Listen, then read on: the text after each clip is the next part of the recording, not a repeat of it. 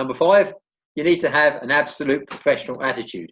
The coach in the picture is Eddie Jones. He's New Zealand, part Japanese, I think, coach of the England rugby team. I really like his style, actually. I mean, I'm more about him maybe later on. But he's an example of, to my mind, absolute professional attitude in coaching. The coach needs to have self-respect. You need to have self-respect. And if you have self-respect, you then respect your crew and your athletes. Respect for crews and athletes in my squads is absolute. If they can't respect each other, the whole thing's not going to work. The fabric of the thing is going to break down. I'm not just talking about national level coaching here. I'm talking about any level coaching, club, crew, team, anything, corporate team.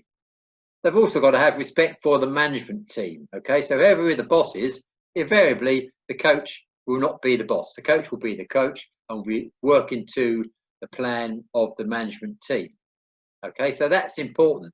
So that respect needs to be 360 degree. Bit about the attitude and behaviour cycle. My behaviour or my attitude affects my behaviour. That affects your attitude and your behaviour. So very often it needs to be the coach who needs to be making the changes if things aren't quite working as they should. Called Batari's box, attitude and behaviour cycle, worth a look. It's basic skills in terms of working with other people. Coach needs to be a morale booster.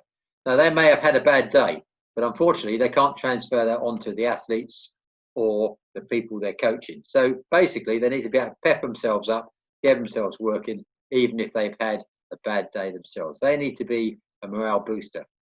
A happy boat is a fast boat is a happy boat. We talked about the role morale plays in any team sport, specifically in Dragon Boat, where you're working hard inside somebody else's personal space or intimate space. That's like we say, the blessing of Dragon Boat, but unfortunately during the COVID situation, it's also the curse of Dragon Boat. But that will pass. Leadership and motivation. The coach has to be a leader as well, basically motivating people to achieve their potential, not reflect the glory of the coach. Fundamentally different. Crew and athletes will follow the lead. So leadership, if you set a good example, if you're motivated, frankly, whether your athletes like you or not, they will follow your lead because they are human beings and human beings are essentially herd animals. Set the right example, they will follow the example you set, okay? There's got to be some ethics involved in it as well. Be prepared to go above and beyond the lesson plan. So sometimes, like I say, expect the unexpected. Sometimes you need to sort of change course midstream and go off in a slightly different direction if they haven't achieved or haven't understood what you wanted them to understand in the first place. So be prepared. Be prepared to go above and beyond the call of duty, if you like. Empathy and understanding goes along with professional attitude, as we said previously. The athletes can have an off day. They're allowed to have an off day. You need to not necessarily bend over backwards. You need to accommodate, improvise, adapt and overcome that. Coaches having an off day? No, not really allowed. So if you have an off day, you need to sort of somehow deal with that because you can't not transfer your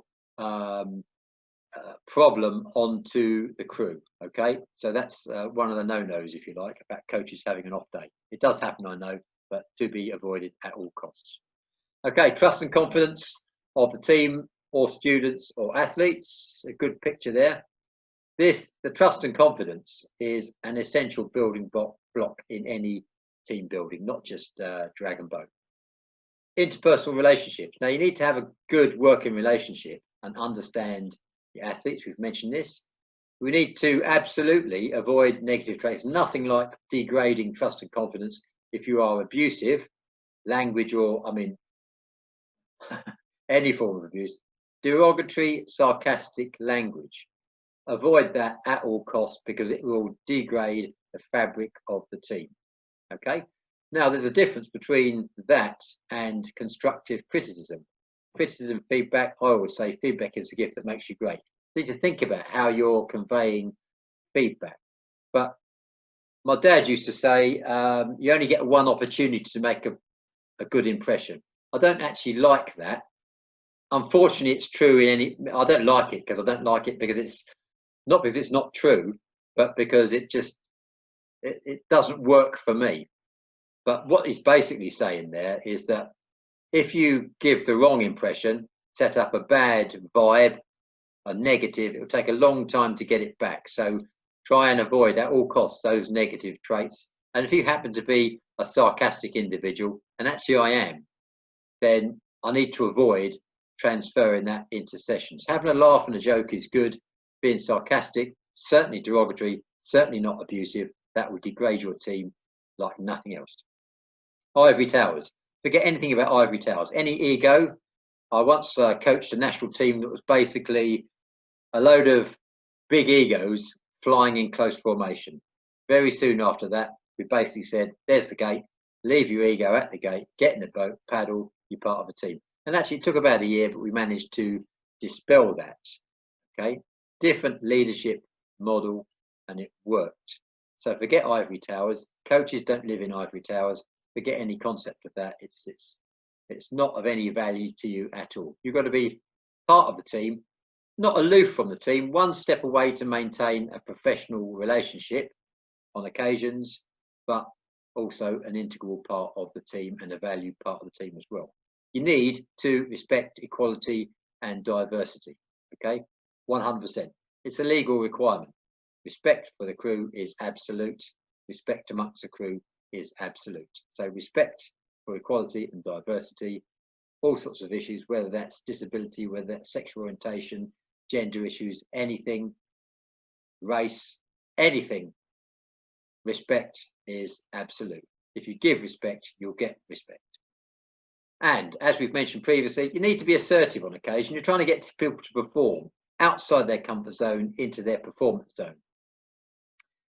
Now, that doesn't mean don't be emotional, because you need to be emotional to a certain extent, because that's where performance lives. So assertive, yes. Aggressive, never. Do I need to say anything else on that? There's no occasion where you need to be or can be aggressive with your team members. Okay? Once again, that will degrade trust and confidence of and in the team like nothing else. Number 7, you need to be a juggler. Think juggling, many balls in the air, and you think layer cake.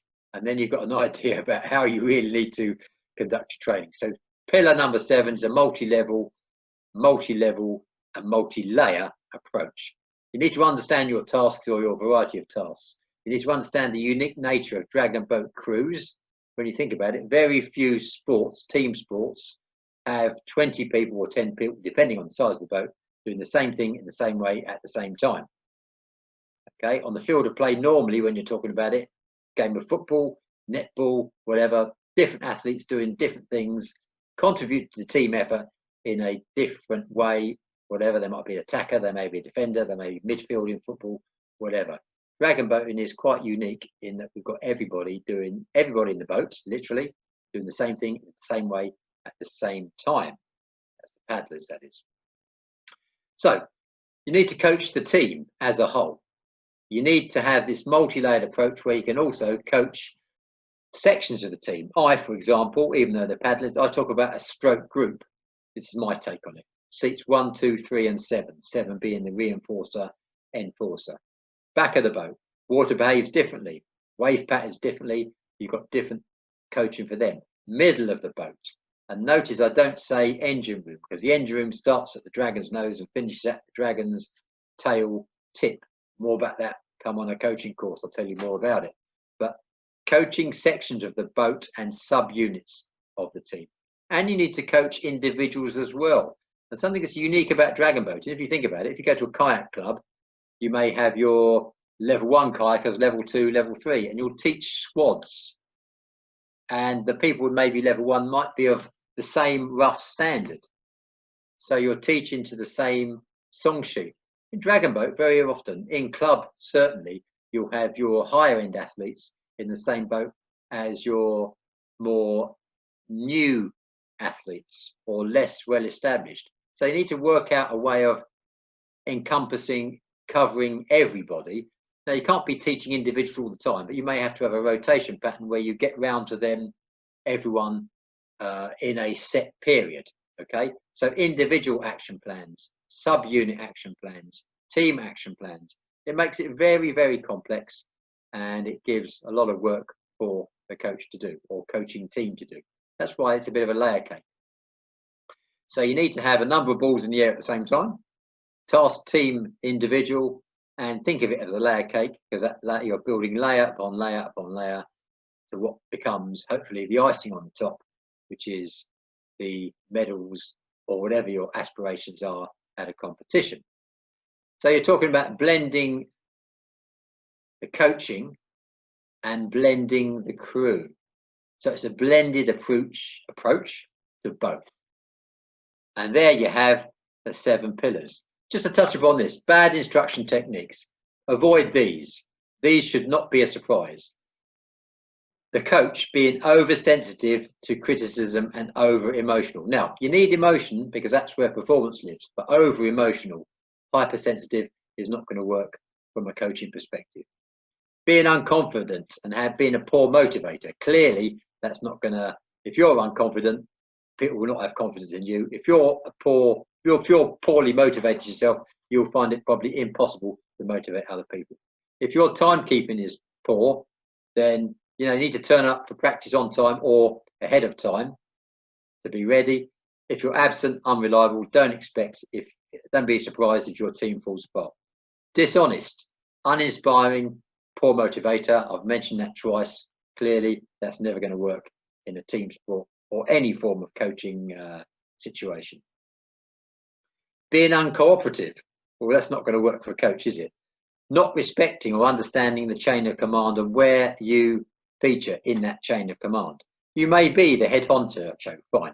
You may be the coach, you may be the head coach, you may be the sub coach or the assistant coach. Know where you are and be inventive, but work within your limitations and work under the same umbrella in the same direction as the management team or whatever your remit happens to be. Understand your remit, be inventive, have discussions, expand your remit, but don't be the Lone Ranger, okay?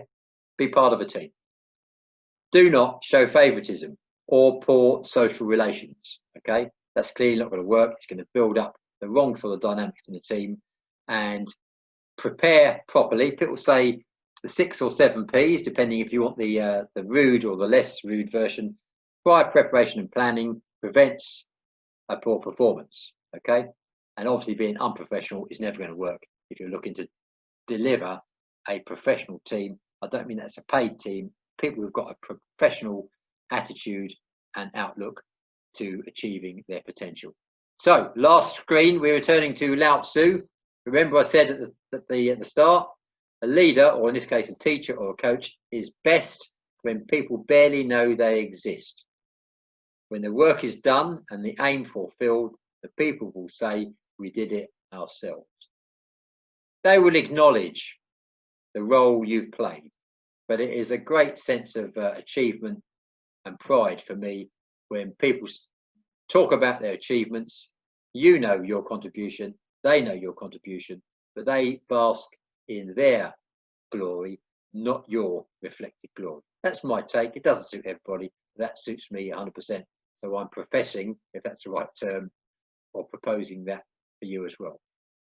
And this first one, when the student is ready, the teacher will appear. So you have a role of a coach, as a leader, as a motivator, as a mentor, to prepare the students and assist them to learn so you can come in with your fantastic coaching and deliver the goods. So you have a responsibility, a role and responsibility in relation to the student, and prepare the ground for your teaching to fall upon fertile ground, an opportunity to develop. Otherwise, if you don't prepare your student properly, then you could be a great coach and you're just casting your coaching gems upon rough ground and they're not going to take root, okay?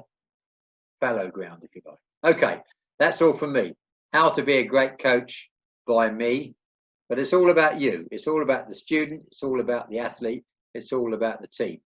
And what we really do as coaches, however great we might think, or one might think they are, is their job is to make the students, to make the athletes great, not just reflect upon their own kudos. Anyway, any questions, please email me. I hope you've enjoyed that, but that's all for the time being. Thank you very much. That's how to be a great coach.